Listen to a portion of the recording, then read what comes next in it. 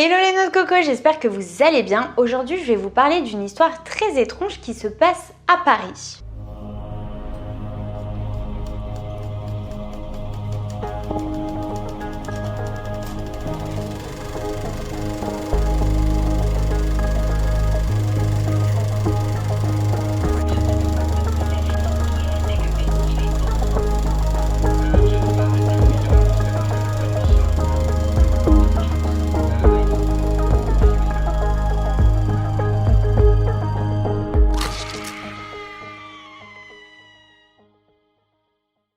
C'est l'histoire du docteur Hamelin, il a la soixantaine et il est assez athlétique.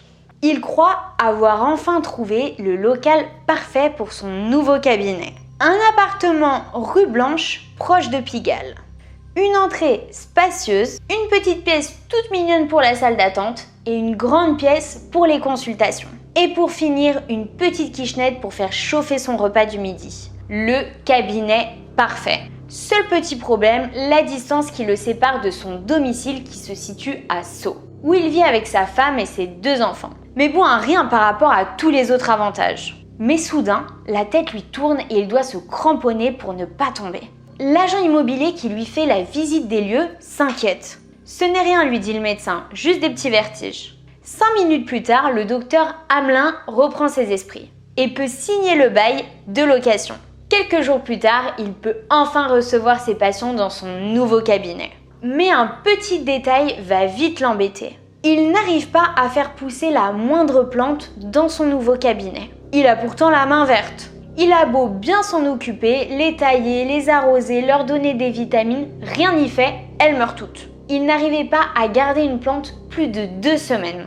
Pendant les premiers temps d'installation, le médecin passe entre 12 et 13 heures par jour dans son cabinet. Arrivé le matin 8h30, il ne part pas avant 20h. Et au bout de 3 mois, il commence à être très fatigué et à avoir des troubles un peu bizarres. Il dit qu'il a des difficultés à trouver le sommeil et à se mettre au travail. Quand il dort, il a le sommeil très agité et il fait pas mal de malaise. Mais il met tout ça sur le compte du surmenage. Mais les troubles augmentent. Le médecin doit souvent interrompre ses consultations à cause de palpitations cardiaques. Mais aucun des remèdes qu'il s'administre ne lui apporte le moindre soulagement. À la fin de l'année, il décide de consulter l'un de ses confrères qui ne lui trouve rien d'anormal.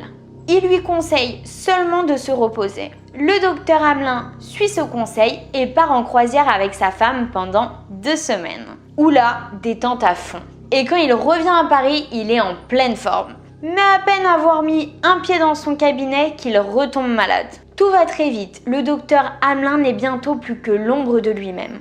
Il n'a plus la force de se lever le matin et il est de plus en plus absent à son cabinet. Et les patients diminuent peu à peu.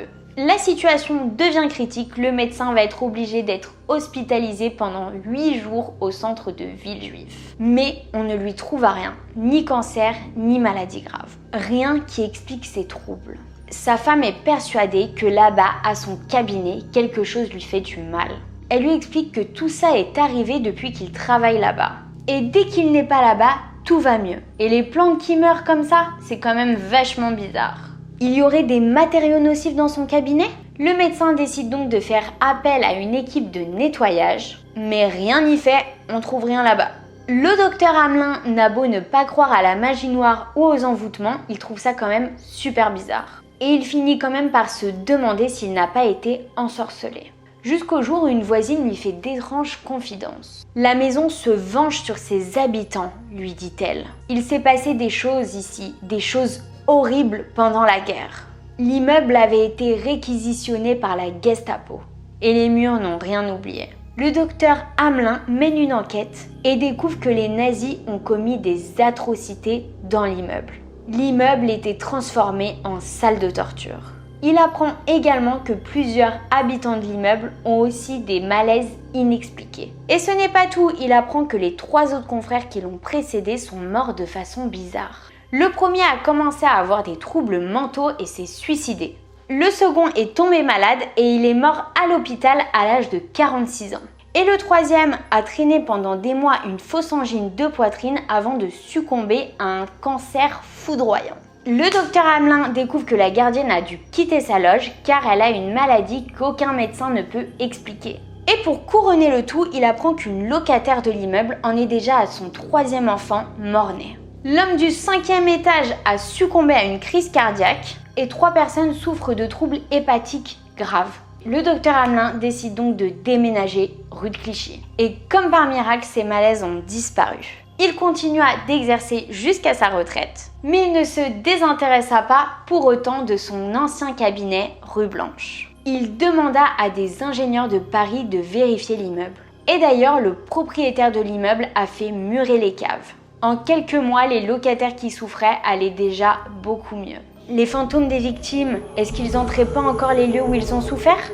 Et voilà, c'est la fin de cette vidéo. J'espère que ça vous a plu et on se retrouve très vite pour une prochaine vidéo. Des bisous. Ciao, ciao.